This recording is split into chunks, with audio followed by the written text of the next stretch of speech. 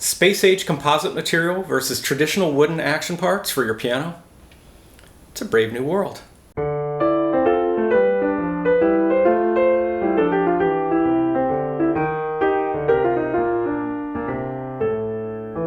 For about a decade, composite action parts made by Wessell, Nickel & Gross have gained traction among piano rebuilders and manufacturers.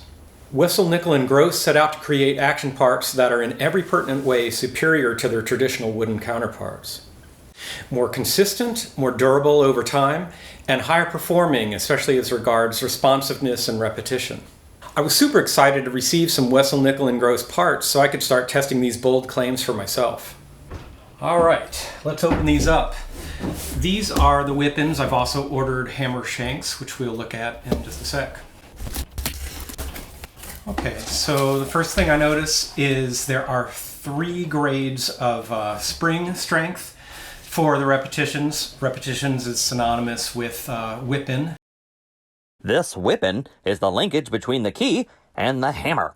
It performs the simple task of transferring motion from the former to the latter, as well as the more complex functions of escapement and repetition. Ooh, look at that. All right, so yeah, this is a schematic.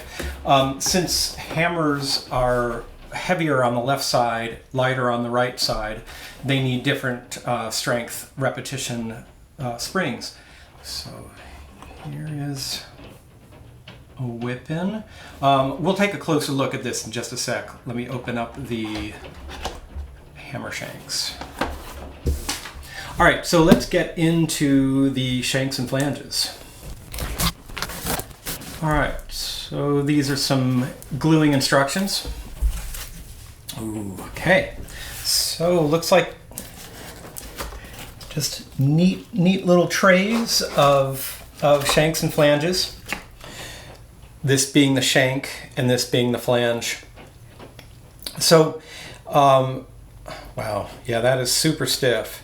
They, what their goal was to make the shank as stiff as the stiffest wooden shanks.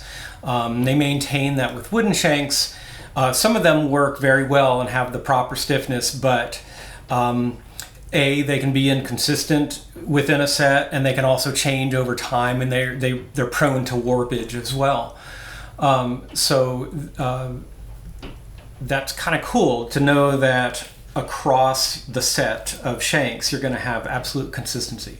If you're interested, you should check out Wessell, Nickel & Gross's website. They have these really cool slow motion videos of hammer strikes, and they'll have one of their own, a properly stiff wooden shank, and then one that has too much flex. And you really see just how much the hammer flops around, much more than you'd think. So that's really the main virtue of the shanks, is that they are uniform and the proper stiffness. At least so far, I don't see any evidence that they grade the friction of the pinning.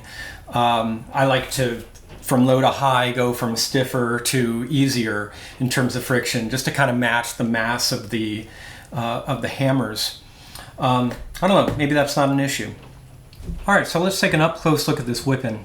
So the first thing I notice, it's really light in the hand. You can see that they've manufactured this with these kind of diagonal struts all along the interior of the main beams, just to get the maximum strength using the least amount of material. Also, they've cleverly slanted the 2 vertical structures toward the center of rotation. I noticed that the structure changes direction really easy. It's like just featherweight. If I take an old action part, it's just a little more cumbersome, a little less agile. I can't imagine this wouldn't translate into better repetition. WNG parts are also known for their versatility. So this heel here can be placed in 7 different slots. Additionally, it can itself be reversed, and that gives you an additional 7 positions, so 14 in total. That can really help you if you're trying to change the action ratio, or if the capstan is a little bit off and you need to get it to be nice and centered. They also tout just a stability over time, because this material will not warp like wood will, or wood can, in response to humidity and temperature changes. You can see that the jack is just completely squared in the window there, and sometimes wood will have a tendency to warp, and you'll get friction point right there, which changes the feel, hampers the effectiveness of that particular pitch. Because the action itself lasts so long, they also want materials that last long as well. This is imitation buckskin, which is supposed to be more durable than genuine buckskin.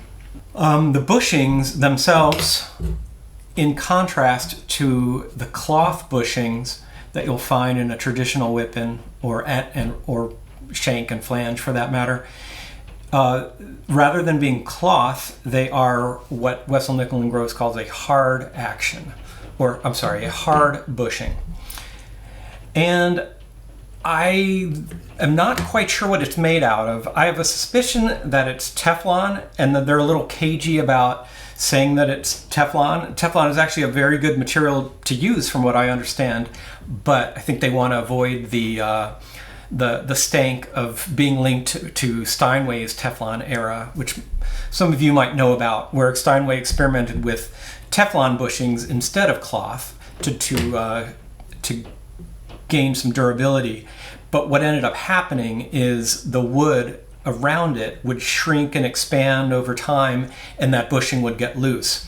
Obviously, even if, I'm not saying it is, but even if it is a Teflon bushing, because the outer surrounding material is so stable, that shouldn't even be a problem. So perhaps you're wondering if there are any downsides to using these composite parts. I will say that they cost about the same as traditional parts, and if they are as stable as they're supposed to be, that you're probably going to end up paying for fewer regulations down the road, and you just get greater satisfaction once you get the action feeling like you want it to feel. In theory, it should stay that way. I'm very impressed by the website, and they make a good initial impression as I'm holding them in my hands. The proof is in the pudding. I do want to see how they feel on my actual piano that I'm rebuilding. But there are also two other things that are worth mentioning that are possible downsides. Let's take a look at these repetition lever springs. The repetition lever is responsible for recocking the action, and the spring has to be strong enough to lift the hammer, but not so strong that it's throwing it around. To adjust this, you either have a screw adjust type, as we have on this Baldwin Whippen, or the more manual adjust type. Basically, to adjust the strength of this spring, I have to reach in there with this tool and either pull or push to get it to be the right strength, as opposed to simply turning a screw. I don't know of anyone who prefers this type to this type, and so I'm really curious why, when every other aspect is so dialed in, why they went with this style. So if anyone happens to know, please mention it in the comments below. My best guess is maybe there's some proprietary restriction, or maybe they were trying to shave off a few grams. Another issue that's frequently encountered when using these parts has to do with fit.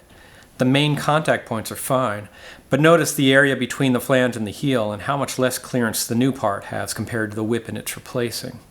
This means that before mounting my Whippens, I'll have to remove wood from this mounting beam that runs throughout the action. This makes me a little nervous, and of course will add hours to the project. If that seems like a flaw on their part, they would retort that they purposely dipped the bottom rail to minimize the size of the heel, thereby reducing mass.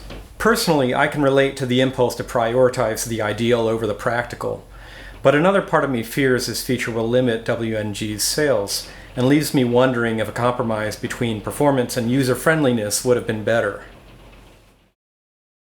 So those are my initial thoughts on my new Wessell Nickel and Gross parts. I'll film another video when the action is up and running. We'll get to see how well they perform, and I'll let you know what it was like working with the parts as a technician. See you then.